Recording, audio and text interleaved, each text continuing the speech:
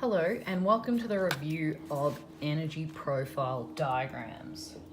The first thing that you need to know about energy profile diagrams is that you have two types of reactions.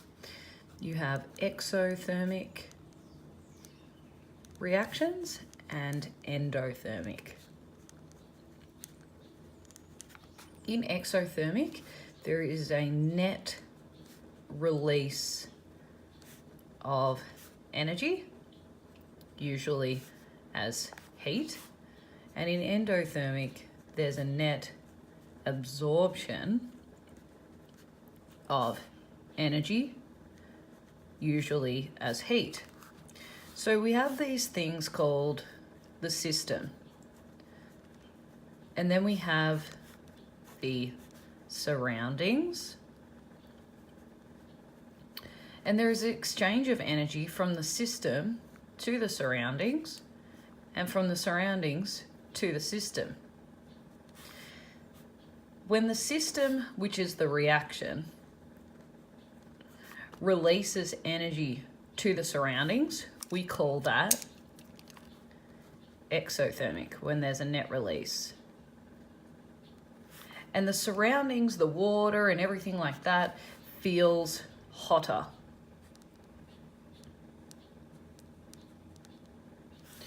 When there's an endothermic reaction, the opposite is true, and the surroundings feels colder. So an energy profile diagram for an exothermic reaction looks like this. On the y-axis, you have enthalpy in kilojoules per mole, and enthalpy is the sum of kinetic potential energy stored in the bonds between atoms and molecules. So you'll have the enthalpy of the reactants, which is actually higher than the enthalpy of the products. And what will happen is in all reactions, you have the absorption of energy to break bonds in the reactants. And then you have in all reactions, the release of energy when new bonds in the products are formed. So to describe these 2 points, this is activation energy, which refers to the minimum amount of energy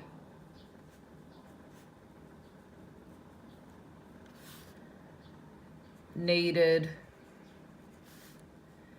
usually we would say minimum amount of kinetic energy needed by colliding reactants to break bonds in the reactants. Okay, this large amount is the energy released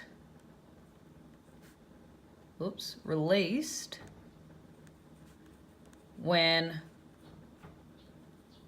the products or energy released when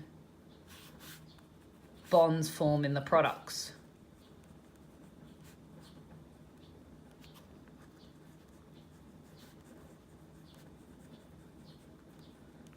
Okay, and this is usually what we're interested in. This refers to delta H, which is the enthalpy of the products minus the enthalpy of the reactants.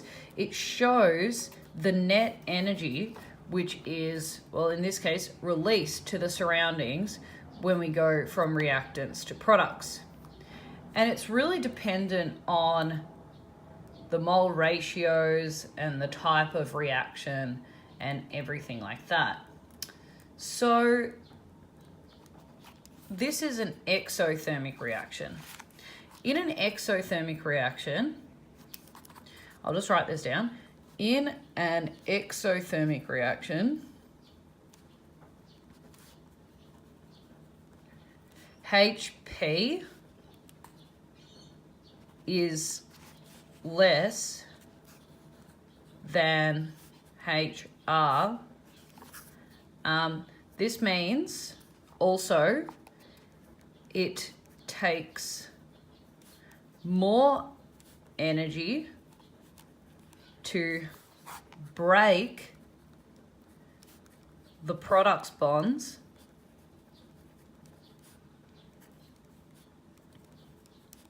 than the reactant's bonds.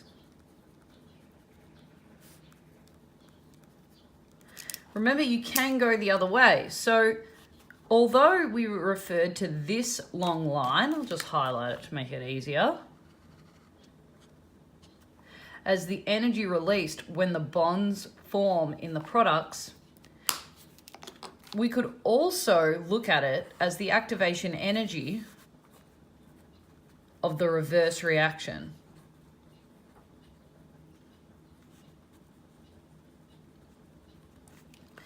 And when we come back to this point, it takes more energy to break the bonds in the products. It means that the product's bonds for an exothermic reaction are stronger and more stable than reactant bonds. So this really are a few things that they could ask you in the exam. So I won't draw an endothermic reaction because you can imagine that it's just the opposite in shape. So we'll start with the questions. So if you have a look at this particular question, obviously fake chemicals there.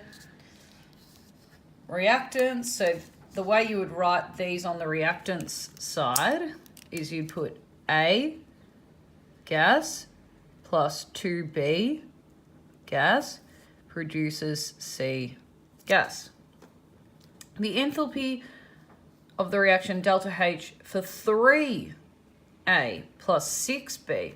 So what we've done is we've actually multiplied everything by 3. So how does that change the energy profile diagram? So it actually just multiplies all these values by 3. So if it takes 20 kilojoules per mole, should really be per mole there. Anyway, if it takes 20 kilojoules per mole to do 2A plus 2B, then it would take 60 kilojoules per mole to do 3A gas plus 6B gas. Just extend that. Okay, and if it takes 50 kilojoules per mole to break the bonds, well, it really takes 30 because that's the difference. So the activation energy for this reaction would be 30, positive 30 kilojoules per mole.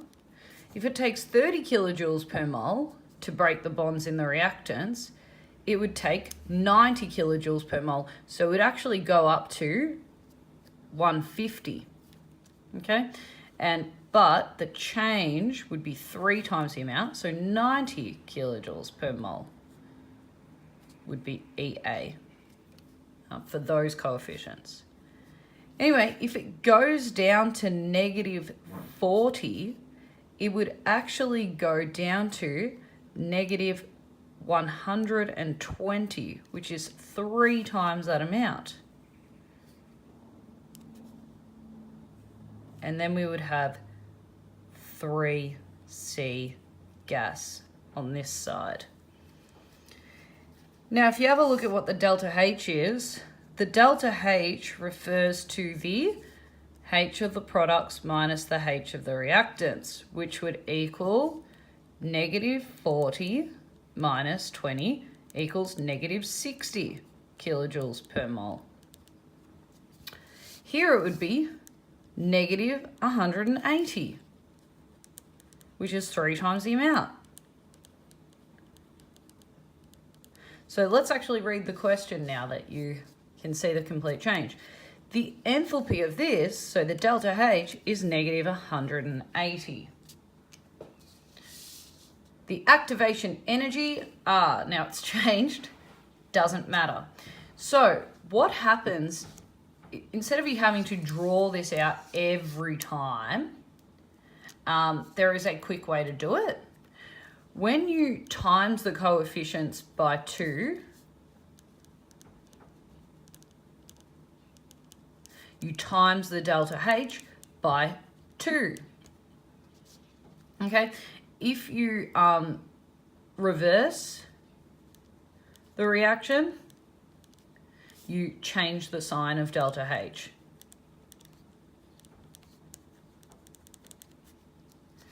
Okay, so let's see what we've done here. We have reversed the reaction, C is on the reactant side. So actually the energy profile diagram will be flipped. So let's summarize what we've done. We have reversed and we have also multiplied it by 2. If you just have a look at C, C here has a 2 in front of it, here it has a 1. So what we need to do is we need to have a look at the activation energy. So the activation energy would be positive 30 kilojoules per mole in the original.